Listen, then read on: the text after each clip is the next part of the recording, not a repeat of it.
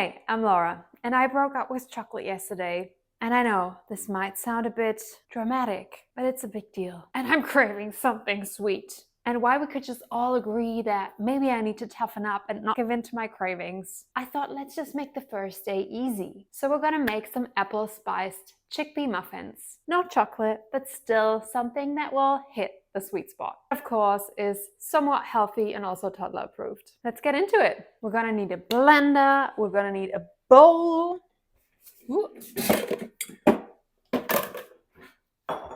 And I'm gonna grab all our ingredients. Blender, here we go. We'll need some chickpeas, we'll need some honey, we'll need some Greek yogurt, some melted butter or ghee. Let me just grab that. Chickpeas, honey, honey, honey, honey. We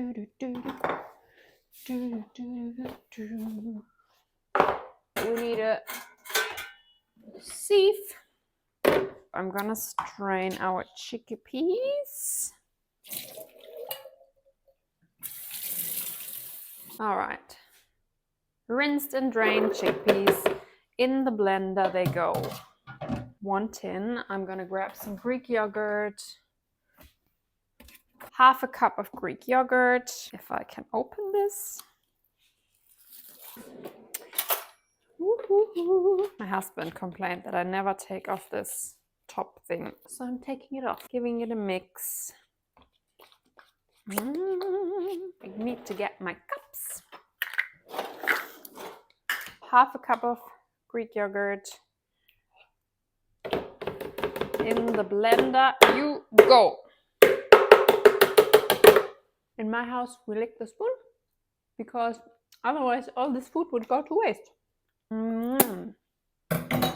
Vanilla. You could do vanilla extract, but I have this powder left and try to use it wherever I can. We're also gonna need honey. About 1/3 cup. I'm just gonna measure with my heart.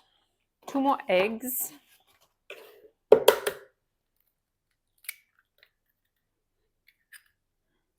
So I have not made this recipe, but I have an idea and we'll see how it works.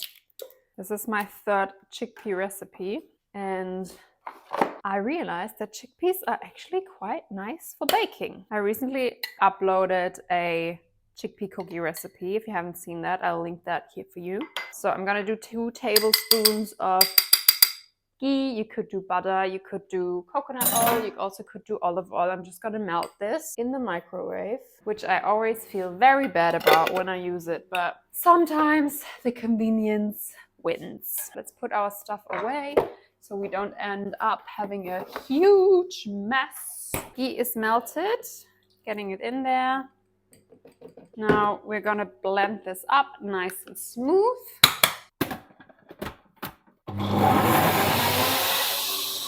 This came out nice and smooth. Time to mix our dry ingredients. We're gonna do oat flour, tapioca, and some protein. I'm using a plant-based protein because whey would make it too dry. If you don't want to use protein, you could just do oat flour instead. The reason I'm not doing only oat flour is because this is how much I have left. Otherwise, I would do the full amount of oat flour, but I'm too lazy to make new oat flour right now. We also need cinnamon. I'm gonna do a little bit of nutmeg and baking powder. Oh, and we need an apple. We need a lovely apple. We've been getting these dark apples from the farmer's market and they are so delicious. So this is gonna go in there as well. Now, I have yogurt on my cup. Now there's yogurt on the 1/2 cup. I'm just gonna use a 1/4 cup and do a double because I don't wanna wash it right now. So we're gonna do whatever is left of that oat flour, which is, yeah, pretty much 1/2 cup.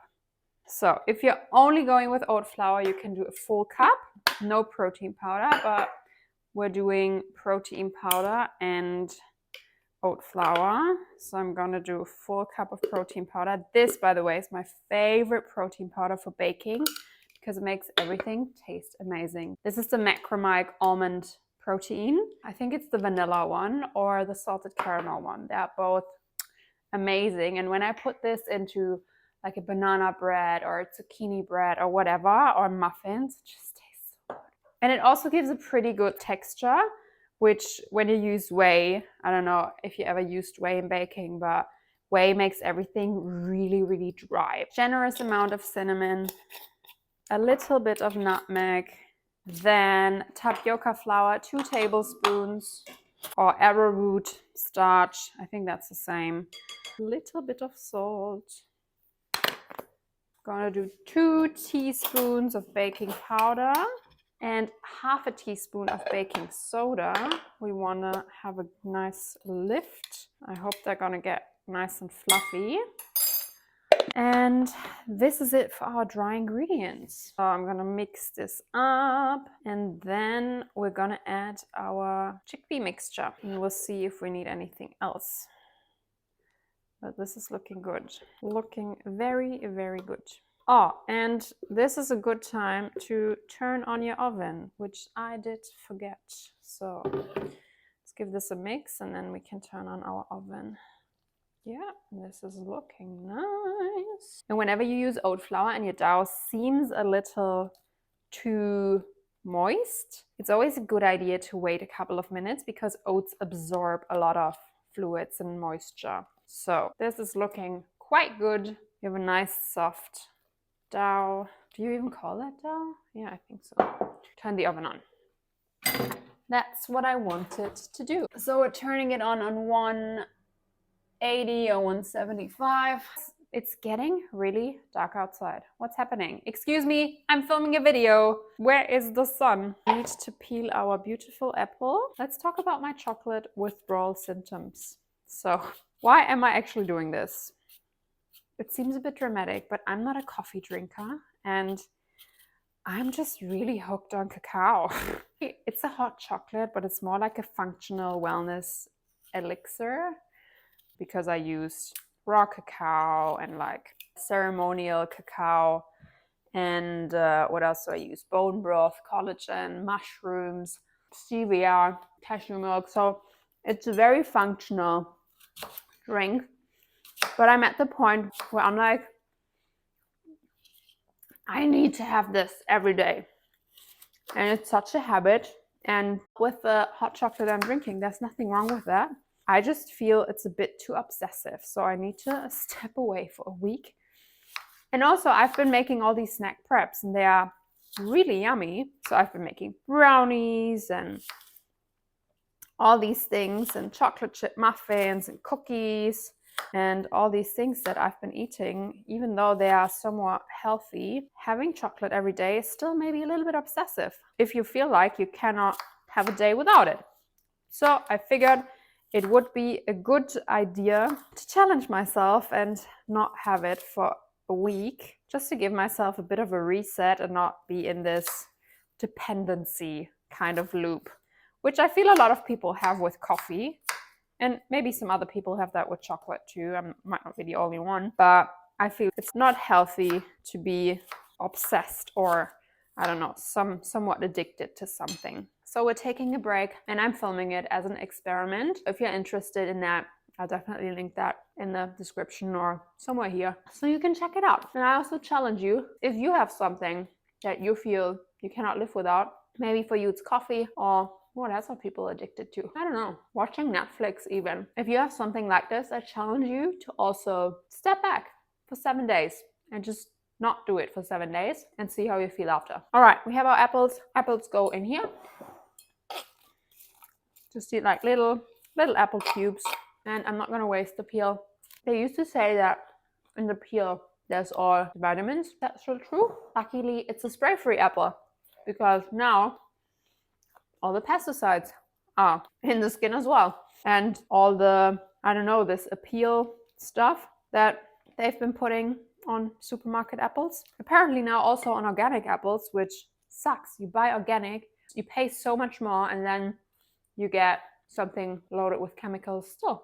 This is why it's worth to go to the farmer's market and find local farmers where you can grab your produce spray-free. Which, by the way, most of the time is actually cheaper. Especially here in Australia, it's wild. Like when I go to Woolies and when I go to the farmer's market, it's pretty much the same price. Some things are a little more expensive, some things are cheaper, and some things are the same price. So if you live in Australia or wherever in the world, definitely worth to check out the farmer's market. And often you will get spray-free produce without an organic label because some farmers just don't go through the process because it's expensive for them. But you can find spray-free produce, which is not as expensive. Definitely worth it, and it tastes so much better. So yeah, for me there's no going back. I'm a farmer's market girl. Perfect. We have 12 muffins. I'm gonna distribute that a bit more evenly. Then this goes in the oven. Our muffins are ready. I've already let them cool down for a little bit, so they are ready for a taste test. So they did rise and they look quite good. Ooh, they look fluffy.